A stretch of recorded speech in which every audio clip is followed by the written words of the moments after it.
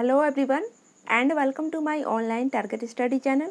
Friends, आज मैं आप सबके सामने बाल विकास और शिक्षा शास्त्र यानी चाइल्ड डेवलपमेंट एंड पेडागोजी के मोस्ट इंपॉर्टेंट क्वेश्चन सीरीज लेकर आई हूँ। जो क्वेश्चन आपके आने वाले CTET, UPTET, STET and other TET exam के लिए काफ़ी इंपॉर्टेंट है और ये सारे ही क्वेश्चन सिलेक्टेड हैं जो एग्ज़ाम के पॉइंट ऑफ व्यू से भी इम्पोर्टेंट है।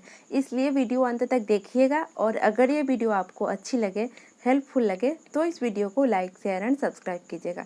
चलिए शुरू करते हैं आज के हमारे पहले क्वेश्चन से।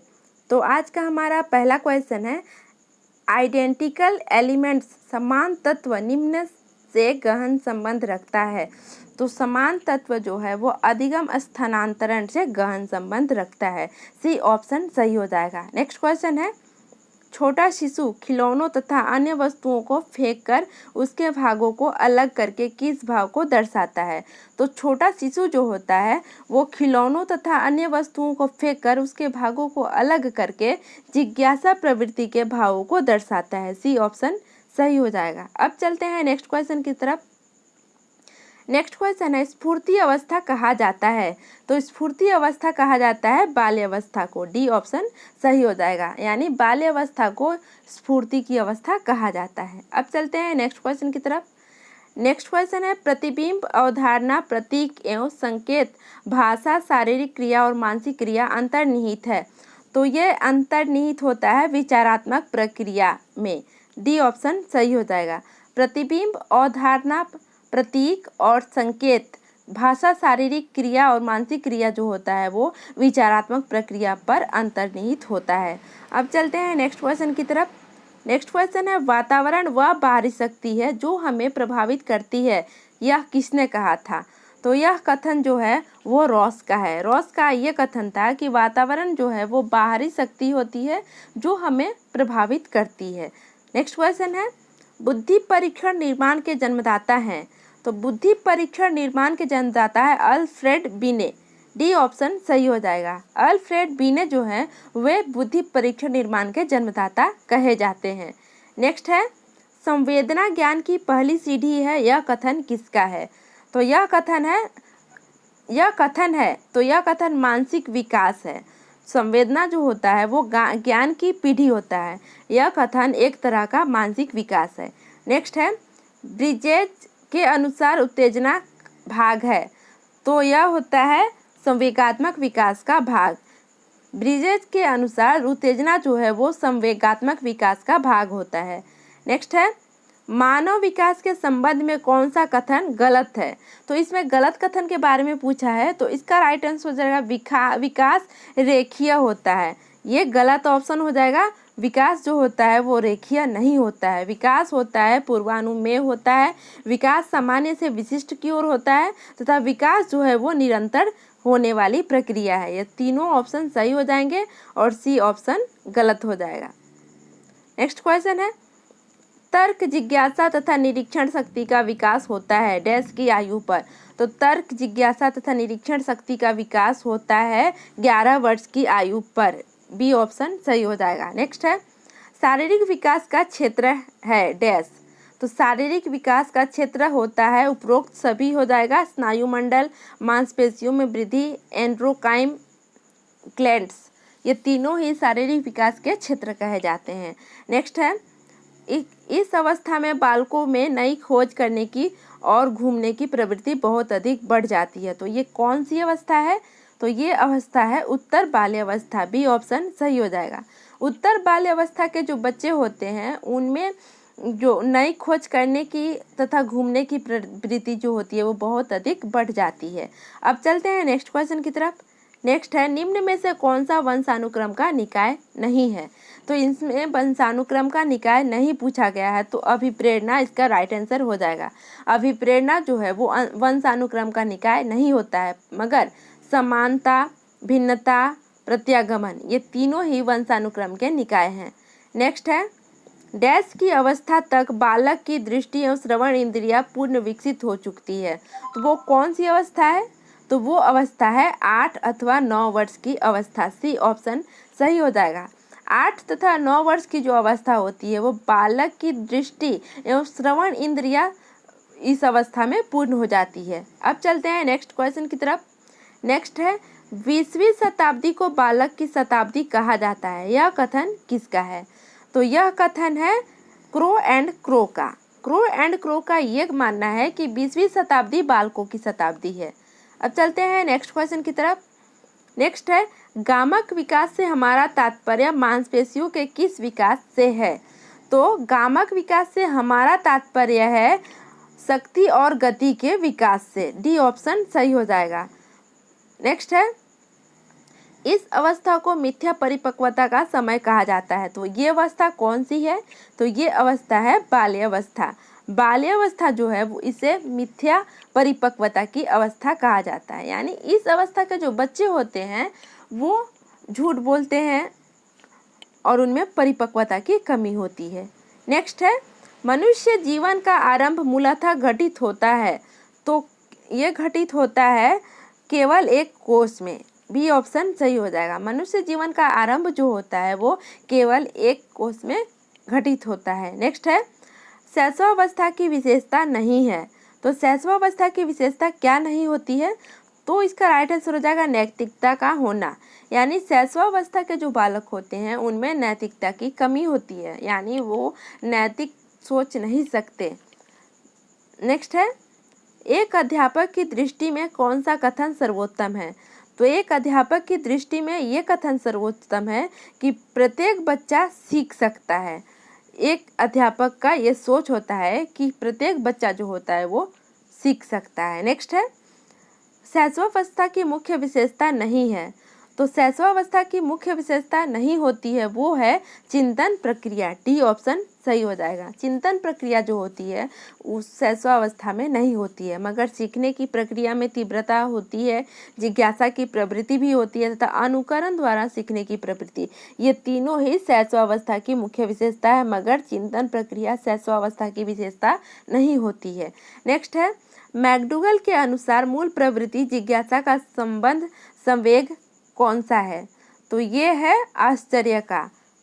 मैकडूगल का मानना है कि मूल प्रवृत्ति जिज्ञासा का संबंध जो होता है वो आश्चर्य से होता है। नेक्स्ट है किस मनोवैज्ञानिक के अनुसार विकास एक सतत और धीमी प्रक्रिया है? तो यह कथन है हॉरलॉक का। हॉरलॉक का मानना है कि विकास जो है एक सतत और धीमी प्रक्रिया होती है। नेक्स्ट है लॉरेंस कोहलबर्ग विकास के क्षेत्र में शोध के लिए जाने जाते हैं। तो लॉरेंस कोहलबर्ग नैतिक विकास के क्षेत्र में शोध के लिए जाने जाते हैं। डी ऑप्शन सही हो जाएगा। नेक्स्ट है बिग व हेट डैश की विशेषताओं को सर्वोत्तम रूप से व्यक्त करने वाला एक शब्द है परिवर्तन। परिवर्तन शारीरिक, सामाजिक और मनोवैज्ञानिक होता है। तो इसका राइट आंसर हो जाएगा किशोरावस्था में। किशोरावस्था में जो परिवर्तन होता है वो शारीरिक, सामाजिक तथा मनोवैज्ञानिक, ये तीनों ही परिवर्तन किशोरावस्था में होता है। नेक्स्ट है व्यक्तिगत शिक्षार्थी एक दूसरे से डैश में भिन्न होते हैं। तो व्यक्तिगत जो शिक्षार्थी होते हैं वे एक दूसरे से विकास की दर में भिन्न होते हैं। डी बी ऑप्शन सही हो जाएगा। नेक्स्ट है मानव विकास कुछ विशेष सिद्धांतों पर आधारित है। निम्न में से कौन सा मानव विकास का सिद्धांत नहीं है? तो प्रतिवर्ती का सिद्धांत जो होता है वो मानव विकास का सिद्धांत नहीं होता है, मगर निरंतरता का सिद्धांत, अनुक्रमिकता का सिद्धांत तथा सामान्य से विशिष्ट ये तीनों जो है ये मानव विकास के सिद्धांत हैं। नेक्स्ट है विकास कभी न समाप्त होने वाली प्रक्रिया है। यह विचार किससे संबंधित है?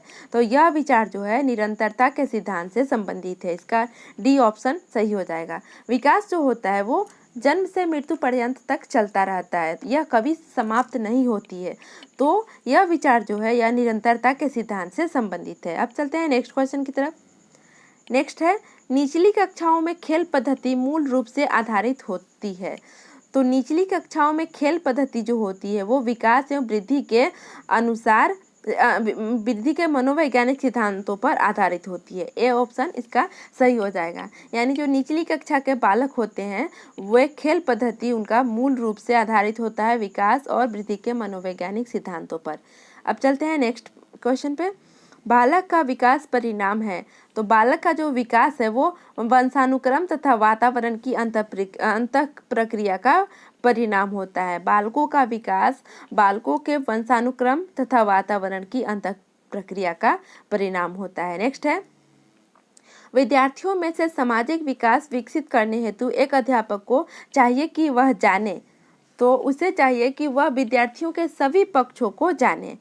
एक अध्यापक को चाहिए कि विद्यार्थियों के सामाजिक विकास को विकसित करने के लिए उन्हें विद्यार्थियों के सभी पक्षों को जानना अति आवश्यक होता है। नेक्स्ट है, शरीर के आकार में वृद्धि होती है क्योंकि इसका कारण है शारीरिक और गत्यात्मक विकास। शरीर के आकार में वृद्धि होना शारीरिक और गत्यात्मक विकास का कारण होता है। नेक्स्ट है, मानसिक विकास को प्रभावित करने वाले कारक हैं। तो मानसिक विकास को प्रभावित करने वाले ये सभी कारक हो जाएंगे वंशानुक्रम, परिवार का वातावरण तथा परिवार की सामाजिक स्थिति। ये तीनों ही मानसिक विकास को प्रभावित करते हैं। नेक्स्ट है, सीखने की प्रोजेक्ट विधि किस अवस्था के लिए उपयोगी है। तो सीखने की प्रोजेक्ट विधि जो है वो उपरोक्त सभी हो जाएगा, बाल्यावस्था के लिए, पूर्व बाल्यावस्था के लिए तथा किशोरावस्था के लिए। ये तीनों अवस्था के लिए सीखने की प्रोजेक्ट विधि उपयोगी है। नेक्स्ट है, शारीरिक विकास का क्षेत्र है। तो शारीरिक विकास का क्षेत्र होता है स्नायु मंडल। ए ऑप्शन सही हो जाएगा। स्नायु मंडल जो है वो शारीरिक विकास का क्षेत्र कहलाता है। नेक्स्ट है, बाल्यावस्था होती है। तो बाल्यावस्था जो होती है वो होती है 12 वर्ष तक, यानी 12 वर्ष तक के बालकों को हम बालक कह सकते हैं और उस अवस्था को बाल्यावस्था कहा जाता है। नेक्स्ट है, विकास में वृद्धि से तात्पर्य है। तो विकास में वृद्धि से तात्पर्य है आकार, सोच, समझ और कौशलों में वृद्धि। इन चारों में वृद्धि जो होती है वो विकास की वृद्धि होती है। नेक्स्ट है, निम्नलिखित में से कौन सी किशोरावस्था की मुख्य समस्या है। तो ये उपरोक्त सभी हो जाएगा। संवेगात्मक समस्याएं, शारीरिक परिवर्तनों की समस्याएं तथा समायोजन की समस्याएं। ये तीनों समस्या जो है ये किशोरावस्था की समस्या होती है। नेक्स्ट है, बाल विकास का सही क्रम है। तो बाल विकास का सही क्रम हो जाएगा बाल्यावस्था, किशोरावस्था तथा प्रौढ़ावस्था।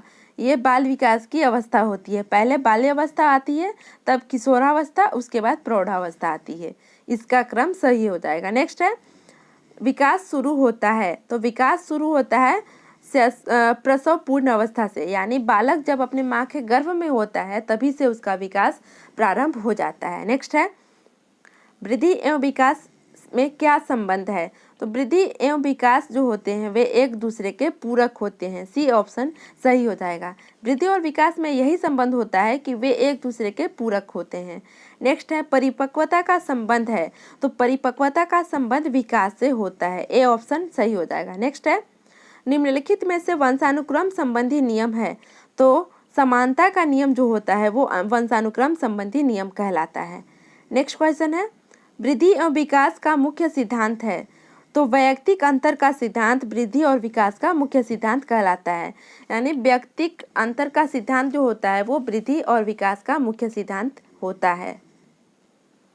नेक्स्ट क्वेश्चन है, किशोरावस्था की अवधि होती है। तो 12 से 19 वर्ष की अवधि जो होती है वो किशोरावस्था की अवधि होती है। ए ऑप्शन सही हो जाएगा। नेक्स्ट है, विकास कैसा परिवर्तन है। तो विकास जो है वो गुणात्मक परिवर्तन होता है। नेक्स्ट है, वृद्धि का संबंध किससे होता है। तो वृद्धि का जो संबंध होता है वो आकार व भार से होता है। इसका ए ऑप्शन सही हो जाएगा। वृद्धि का संबंध आकार तथा भार से होता है।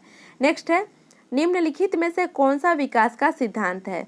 तो सभी की विकास दर समान नहीं होती है, यही विकास का सिद्धांत होता है। विकास दर जो होती है वो सभी बालकों की समान नहीं होती है। नेक्स्ट है, निम्नलिखित में से कौन समस्या समाधान की वैज्ञानिक पद्धति का पहला चरण है। तो समस्या के प्रति जागरूकता जो होता है वो समस्या समाधान के वैज्ञानिक पद्धति का पहला चरण होता है, यानी समस्या के प्रति पहले व्यक्ति को जागरूक होना चाहिए, तभी वो समस्या का समाधान कर सकता है। आज का हमारा अंतिम क्वेश्चन है, किस आयु काल में मानसिक विकास अपनी उच्चतम सीमा पर पहुंच जाता है। तो 15 से 20 वर्ष की अवस्था में 10 से 20 वर्ष की अवस्था में मानसिक विकास जो होता है वो उच्चतम सीमा पर पहुंच जाता है। तो फ्रेंड्स, आई होप ये वीडियो आपको अच्छी लगी होगी। अगर वीडियो अच्छी लगी होगी तो चैनल को लाइक कर लीजिए, चैनल को सब्सक्राइब कर लीजिएगा जिससे आने वाली वीडियोस की नोटिफिकेशन आप सभी को टाइमली मिलती रहे। तो आज के लिए इतना ही। नेक्स्ट वीडियो में फिर से मिलेंगे, तब तक के लिए गुड बाय।